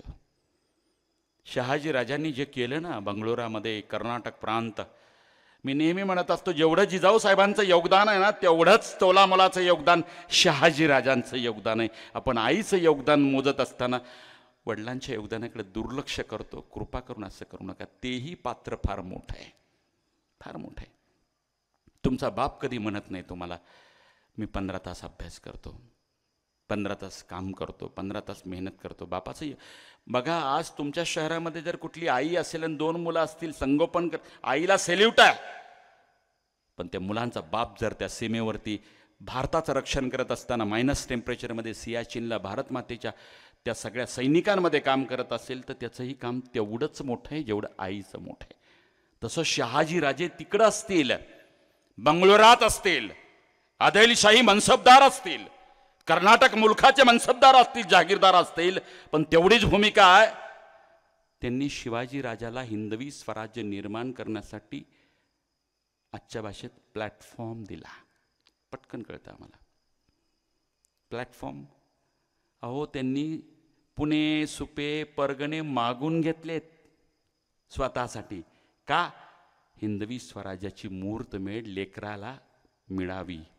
कदाचित पुणे, सुपे, जहागीरजी, परगणे मागून घेतले नसते तर शिवाजी महाराजांनी हिंदवी स्वराज्य निर्माण केलं नसतं. तुमचा बाप जेव्हा इथे मोक्याच्या ठिकाणी प्लॉट घेतो ना, आज पै गोळा करून माझ्या मुलाला भविष्यात कामाला येईल, हे प्लॅनिंग बापाचं असतं. मग निथून महामार्ग जातो. मग तुम्हाला कळतं माझ्या वडिलांनी इथं 3 एकर जमीन घेतली होती, बापाचं प्लॅनिंग असतं. शहाजीराजांनी प्लॅटफॉर्म निर्माण केला. हिंदवी स्वराज्याचे संकल्पक शहाजीराजे आहेत, लक्षात घ्या. वडिलांचं योगदान आहे. आणि महाबली शहाजीराजे तिकडून येत आहेत महाराष्ट्रामध्ये पुत्राच्या भेटीला. केवढा विलक्षण आनंद आहे हो. तयारी केली, जय्यत तयारी केली. वडिलांचं स्वागत त्या थाटात व्हायला पाहिजे. जेजुरीला शहाजीराजे येणार आहेत महाराष्ट्रात, म्हणजे तिथं प्रवेश. काय ते वर्णन केलं बखरकरांनी. जेजुरी सजली, गुढ्यात तोरण उभे केले, कुंकुम केशराचे सडे मारिले. महाबली पिताश्री शहाजी राजांच्या स्वागतासाठी पुत्र शिवबा धावला, तळ ठोकून बसला. सगळे मावळे कामाला लावलेत आणि फक्त आता वाट बघणे महाबली शहाजी राजांचा झेंड्याचा घोडा कधी येतो म्हणून, मानकरी. आणि ते धूळ दिसायला लागली, घोड्यांच्या टापांचा आवाज, आणि तो झेंडा घेत तो आला. महाबली शहाजी राजांचं आगमन आहे. आज जसं एखादा आमदार खासदार येताना नाही का पटपट लगबगी, तसं शहाजीराजे येताना लगेच तो घोडेस्वार आला. महाबली शहाजीराजांचं आगमन आहे. तुताऱ्या, नगारे, वाद्य सगळे सज्ज झाले. तुताऱ्याचा निनाद सुरू झाला, तोफांचे बार झाले. वडिलांचं जय्यत स्वागत. पालखी येताना दिसली. वर्णन आहे लगबगीनी. शिवबा राजा धावला. एका ग्रंथकर्त्याने सांगितलंय, पालखीचा जो भोई होता त्याला बाजूला सारलं आणि खांद्यावरती पालखीचा तो भार घेऊन शिवबा राजा पुढं पुढं जायला लागला. एका ग्रंथकर्त्याने वर्णन केलंय, शहाजी राजांचे जोडे हातात घेऊन शिवबा राजा पुढं पुढं जात होता आणि पालखी मागावून येत होती. अरे, आपल्या बापाचा सन्मान कसा करावा यासाठी आम्हाला कोणत्या पाश्चात्य तत्ववेत्याची गरज नाहीये. आपल्या बापाचा सन्मान कसा करावा जेजुरीत ते शिल्प सांगून जाता. बापाचे जोडे हातात घेऊन पुढे जाणारा शिवबा राजा या महाराष्ट्राने बघितला. वडिलांचं स्वागत यापेक्षा काय असू शकतं. माझी नम्र विनंती आहे, तुमचा बाप म्हातारा झाला असेल, नका त्याचे जोडे हातात घेऊ. पण प्लॉटसाठी, महत्त्वाच्या प्रॉपर्टीसाठी भावाभावात भांडणं होत असताना बापाला जोडे मारण्याचं पातक करू नका. नाही जोडे उचलता आले तर चालेल, त्याला म्हातारपणी यातना देऊ नका. तुम्ही जेव्हा म्हणता ना, बाप्पा मला कॅडबरी पाहिजे, सिल्क पाहिजे, खिशात 20च रुपये असतात तो. पण माझं लेकरू जाताना बोललंय घेऊन ये म्हणून. त्याला 20 रुपये स्वतःला खर्च करायचे असतात, पण तो इच्छा मारतो. एखाद्या मेडिकल शॉपला जातो आणि ते सिल्क कॅडबरी घेऊन जातो, तुमच्या हातात देतो. तुमच्या चेहऱ्यावरती ते जे स्माईल असतं ना, त्याने कित्येक वेळा लहानपणापासून घेतलेलं असतं. आणि तो म्हातारा होतो ना, तेव्हा बीपीच्या गोळ्या आण म्हणल्यानंतर त्याच्या अंगावर कधी खेकसू नका. अरे, जाताना ही डायबिटीजची गोळी आहे, 2च गोळ्या राहिल्या रे, घेऊन ये असं म्हणल्याबरोबर त्याच्या अंगावर धावून जाऊ नका. कारण त्याने कधी तुम्हाला दुखावलेलं नाही लहानपणी, तुम्हाला त्यांनी झेललंय. माझी नम्र विनंती आहे, म्हातारपण तुम्हालाही येणार आहे. तुमचा लाड कोड कौतिक त्यांनी केलं ना. जेव्हा गणवेश पाहिजे, नवीन गॅदरिंग आहे बाबा, नवीन गणवेश आणा, हॅपी बर्थडे, नवीन गणवेश आणा. त्यांनी स्वतःची बनियन पण कधी नवीन नाही घेतली हो. किती भोकं पडले ते सुद्धा तुम्ही मोजले नाहीत. पण लेकराला मात्र नवीन कपडे त्यांनी आणले, त्याला कधी दुखवू नका. त्या राजमाता जिजाऊ साहेबांचे तर शब्द झेललेत हो, कधी दुखावलं नाही. त्याहूनचं स्वप्न होतं की माझा पुत्र शिवबा सिंहासनाधीश्वर व्हावा. वैभव संपन्न जगण्यासाठी नाही, ऐशो आरामात जगण्यासाठी नाही, तो रुबाब मिरवण्यासाठी नाही, तो सिंहासनाधीश्वर व्हावा. ते सामान्य रयतेचं स्वप्न पूर्ण करण्यासाठी, शेतकऱ्याला न्याय देण्यासाठी, माई भगिनींवर अत्याचार करण्याचे हात तोडण्यासाठी, त्यांचं रक्षण करण्यासाठी, रयतेच्या कल्याणासाठी माझा शिवबा सिंहासनाधीश्वर व्हावा, राजा व्हावा, हे स्वप्न तिनं माऊलीने बघितलं होतं. आणि एवढे महाराज 18,306 दिवस जगले. महाराजांनी ते स्वप्न प्रचंड मेहनतीनं पूर्ण केलं. तो दिनांक होता 6 जून 1674, राज्याभिषेक दिन. तिथी होती ज्येष्ठ शुद्ध त्रयोदशी शालिवान शके 1596 आनंदनाम संवत्सर. आमचं आकाश, आमचा समुद्र, आमचं चलन, आमचा झेंडा, आमचा ध्वज. आमचं आकाश, आमची भूमी, आमचं चलन, आमचा ध्वज. आम्ही गुलामगिरीमधून मुक्त होणार. हिंदवी स्वराज्य, स्वराज्य, द सॉव्हरेन स्टेट होणार. केवढा आनंद. काशीवरनं गागाभट्ट आले त्यांची पूर्ण चमू घेऊन पंडितांची.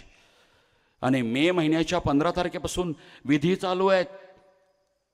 कारण शतकानुशतकामधून एक हिंदू राजा आपला तख्त निर्माण करत होता. यादवांच्या साम्राज्यानंतर शतकानुशतकामध्ये भगवा झेंडा अभिषिक्त राजा होणार होता. केवढा आनंद. गागाभट्टांसहित सगळ्या चमूला काशीवरनं आलेत. मंत्रोच्चार, दररोज वेगवेगळी विधी आहेत. आणि आऊ खालून आली वर. त्या आऊ किती थकली आहे माहिती आहे. जणू यमराजाला सांगितलं असेल, थांब बाबा काही दिवस. दुर्दैव बघा, 6 जूनला राज्याभिषेक झाला आणि 17 जूनला माऊली मरण पावली. 12 दिवस जणू लेकाचा हा दिवस बघण्यासाठी प्राण पण रोखून धरले असेल. यमराजाला म्हणले असेल, थांब थोडं. आयुष्याचा सर्व उत्कट आनंदाचा प्रसंग बघून जाऊ दे माझ्या शिवबाचा. ती माऊलीसुद्धा त्या पाछाडच्या वाड्यावरनं रायगडावर 10,000 पाहुण्या रावळ्यांची गर्दी आहे. काय तो रायगड दिसतोय, सजतोय. 10,000 तंबू राहुट्यांची गर्दी झाली. डच आले, पोर्तुगीज आले, फिरंगी आले, फ्रेंच आलेत, मुघल आले, आदिलशाही आले, सगळे आलेत. 10,000 पाहुण्या रावळ्यांची गर्दी. दिवस आणि रात्र सारखी वाटावी. रात्रीच्या मशालीच्या प्रकाशामध्ये रायगड असा तेजाळत होता. स्वर्गातून देवदेवतांनाही हेवा वाटावा एवढा दिवाळीचा सण 6 जूनलाच महाराष्ट्र साजरा करत होता. मशालीच्या प्रकाशामध्ये लक्षावधी दिवे तेजाळत होते. त्या आसमंतामध्ये, सह्याद्रीच्या आसमंतामध्ये रायगड असा स्वर्गातून सुद्धा हेवा वाटावा असा दिसत होता. पाहुण्या रावळ्यांची ये जा चालू होते. 15 मे पासून वेगवेगळे विधी चालू होते. एका पारड्यात महाराजाला बसवलं, दुसऱ्या पारड्यामध्ये सोन्याचे नाणे टाकले. तुलादान विधी झाला शिवबाचा. जिजाऊ साहेबांना केवढा आनंद झाला. असे रोज वेगवेगळी विधी आहेत. तुलादान विधी तर सर्वोच्च विधी आहे. म्हणजे पारड्यामध्ये महाराजाला बसवलं, सोन्याचे नाणे, मसाले, वेगवेगळे पदार्थ, रौप्य, ताम्र, दान धर्म सुरू आहे. असे वेगवेगळे समंत्रक विवाह पुन्हा केलेला आहे. महाराजांची मौंज बंधन केलेली आहे. म्हणजे समंत्रक विवाह पुन्हा सोयराबाई साहेबांचा. वयाच्या 44व्या वर्षी मंगळाष्टका म्हणून मुलं त्या लग्नाचे साक्षीदार आहेत. शिवाजीराजांनी सोयराबाईचा विवाह सगळ्या मुलांच्या उपस्थितीमध्ये सुरू आहे. गागाभट्ट धर्मशास्त्रानुसार सगळ्या विधी करत असताना जिजाऊसाहेब कृतकृतार्थ होत होती. रोज विधी बघायची, आनंदी होऊन आपल्या प्रसादामध्ये जायची. आणि काही तास उरले, काही घटिका पळे उरले. 6 जूनच्या पहाटे म्हणजे ज्येष्ठ शुद्ध त्रयोदशी शालिवान शके 1596 पहाटेच्या त्या शुभमुहूर्तावरती माझा शिवबा सिंहासनाधीश्वर छत्रपती होणार म्हणून केवढा आनंद. आदली रात्र म्हणजे दिनांक 5 जून सगळे विधी झालेत आणि अहो आपल्या प्रासादात गेली आहे. काही तासानंतर बघता बघता पहाट येणार आहे. आणि माझा शिवबा आयुष्याचा जे मी प्रसंग बघू इच्छित होते, माझ्या आयुष्याचं स्वप्न होतं. माझे वडील, माझे पती, कोणीही भोसले जाधवराव घराण्यात कोणी तख्त निर्माण केलं नाही. शिवबा गर्भात असताना माझ्या पित्याची हत्या झाली. 2 सख्या भावाची हत्या झाली. जे स्वप्न मी बघितलं होतं गरोदरपणी की माझा शिवबा सिंहासनाधीश्वर व्हावा, तख्त निर्माण करता व्हावा, ते स्वप्न काही तासावरती आलं होतं. केवढा आनंद आणि केवढा तो वाट बघण्याचा तो प्रसंग दोन्हीही जिजाऊसाहेबांनी अनुभवला. रायगडाच्या त्या प्रासादामध्ये माऊली बसली आहे. सगळे विधी झाले. अभिषेक शाळेमधून महाराज आले आणि आऊसाहेब ज्या प्रासादात बसले तिथे महाराज लगबगीनं आले.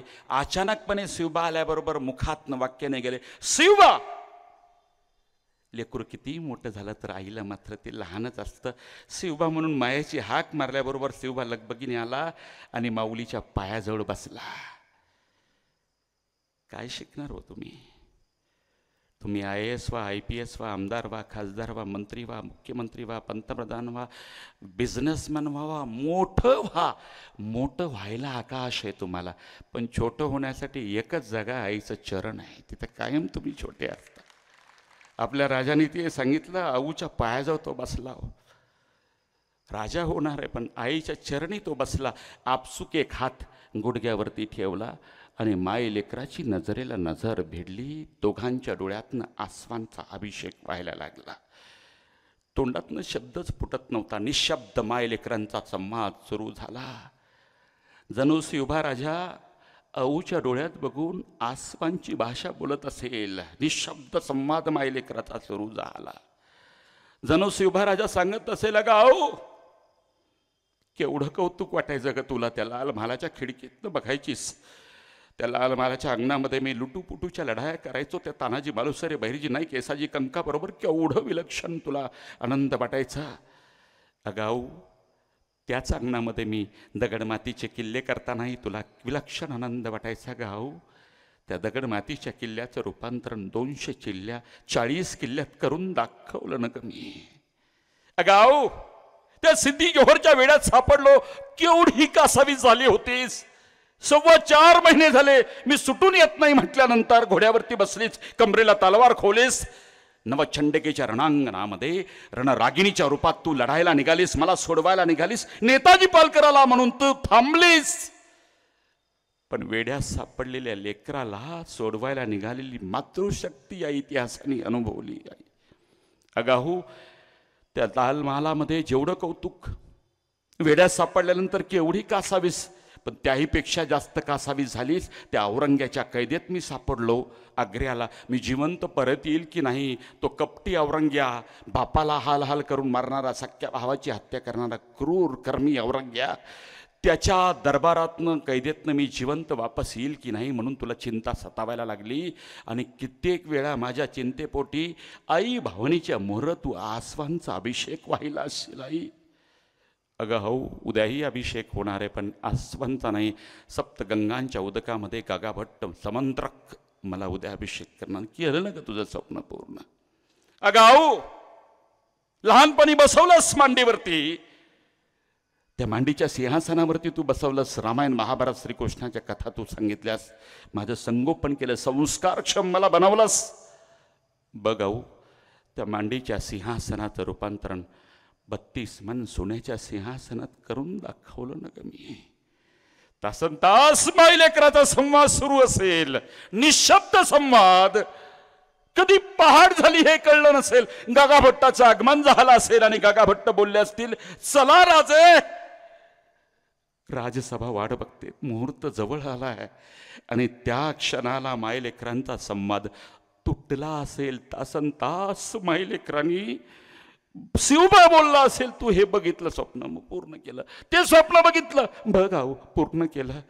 तासन तास आपल्या आईचं स्वप्न पूर्ण केलं म्हणून सांगणारा शिवबा, निशब्द आसवांची भाषा बोलणारा शिवबा किल्ले रायगडाने अनुभवला असेल. लेकरांनो, शिवाजी महाराजांनी जेवढं स्वप्न पूर्ण केलं तेवढं मोठं भलेही करता नाही आलं. तर जे स्वप्न तुमच्या आईवडिलांनी बघितलं आहे की माझा मुलगा किंवा मुलगी MBBS होऊ दे, BMS होऊ दे, IAS होऊ दे, IPS होऊ दे, BE होऊ दे, IIT होऊ दे, जनरल चांगला बिझनेसमॅन होऊ दे, उत्तम शेतकरी, जे स्वप्न तुमच्या आईवडिलांनी बघितलं आहे, तुमच्या आईला पैठणीची गिफ्ट नको आहे, तुमच्या बापाला सूटबुटाची पहिल्या पगारातनं कुठलीही भेटवस्तू नको आहे. त्याचे स्वप्न पूर्ण त्यांनी ते जे बघितले ना, जेव्हा तिची मुलगी लाल दिव्याच्या गाडीत कलेक्टर म्हणून येईल आणि तिचा मुलगा जेव्हा IPS होऊन येईल, सगळं पोलीस दल सल्यूट मारेल. MBBS होऊन जेव्हा पेशंटची रुग्ण तपासणी करताना मायबाप बघतील, तेव्हा त्यांचं कृतकृतार्थ पार न फिटेल. एखादा अभियंता होऊन मोठमोठ्या राष्ट्राच्या प्रोजेक्टमध्ये तो योगदान देईन. एखादा शास्त्रज्ञ म्हणून त्या नासासारख्या, इस्रोसारख्या या संस्थामध्ये जाऊन तो देशाची सेवा करेल, किंवा लष्करात जाऊन तो लेफ्टनंट होईल, नाहीतर अजून कॅप्टन होईल. तेव्हा त्या आईवडिलांना कृतकृतार्थ वाटेल. जे स्वप्न तुमच्या आईवडिलांनी बघितलंय ते पूर्ण करा.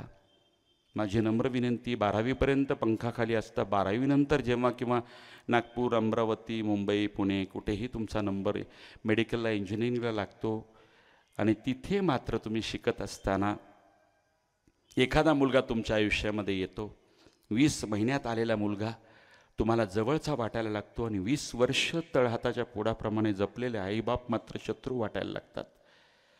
माझी नम्र विनंती आहे,